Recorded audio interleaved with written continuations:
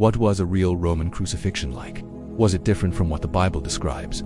The historical truth is far more brutal and horrifying than what we usually imagine. Crucifixion wasn't just a way to execute someone who was a public spectacle of terror, one of the Roman Empire's most dreaded punishments. Let's look at what historical sources tell us. The ordeal began long before the cross. Roman historians like Tacitus and Josephus describe a preliminary torture called scourging. The victim was beaten with a flagrum, a vicious whip with pieces of metal and bone tied into its leather strands. This wasn't just a lashing, it was designed to shred flesh, tear open muscles, and sometimes expose bone. The Bible mentions this, but historical accounts emphasize it as an absolutely devastating stage, intended to bring the victim close to death before they even reach the execution site. Now, what about the cross itself? We often picture a person carrying a full, heavy cross through the streets, but historians believe this is unlikely. A Roman cross was typically made of two parts, the eyepiece, which was the upright post permanently fixed in the ground at the execution site, and the patibulum, the horizontal crossbeam. It was this patibulum, weighing anywhere from 75 to 100 pounds, that the condemned person was forced to carry. So, they would have carried only the horizontal beam, not the entire T-shaped structure we see in most art. Another major difference lies in the nailing. For centuries, paintings and sculptures have shown nails driven through the palms of the hands. However, archaeological evidence, like the remains of a crucified man named Jehohanan discovered in Jerusalem, tells a different story. A nail through the soft tissue of the palm couldn't support the weight of a human body.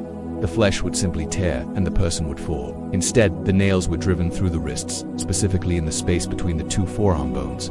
This provided a secure anchor point. As for the feet, they were typically nailed to the front of the upright post, sometimes together with a single long nail, or separately with two nails. So how long did it take to die? The Bible recounts that Jesus died within about 6 hours. While possible, this was relatively quick for a crucifixion. Roman sources indicate that victims could linger on the cross for days. Death was a slow, agonizing process, usually caused by a combination of factors: blood loss, dehydration, exhaustion, and shock. The primary cause of death, however, was often asphyxiation. To breathe, the victim had to push themselves up with their legs, a movement that caused excruciating pain in their nailed feet and wrists. As exhaustion set in, they could no longer push up, their chest would be compressed, and they would slowly suffocate. To speed things up, Roman soldiers would sometimes break the victim's legs with a heavy club, a practice called Crucifixion. This made it impossible to push up for air, and death would follow quickly. The Bible makes a point of mentioning that Jesus' legs were not broken, which was an unusual exception in Roman practice. Finally, we have to consider the psychological torture. Crucifixion was deliberately designed to be a public humiliation. The victim was stripped naked, raised high above the crowds, completely exposed and helpless. It was a slow, agonizing, and shameful death, meant to serve as a powerful deterrent.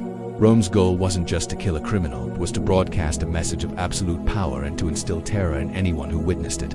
The historical reality of crucifixion reveals a punishment far more calculated and cruel than most modern depictions can convey.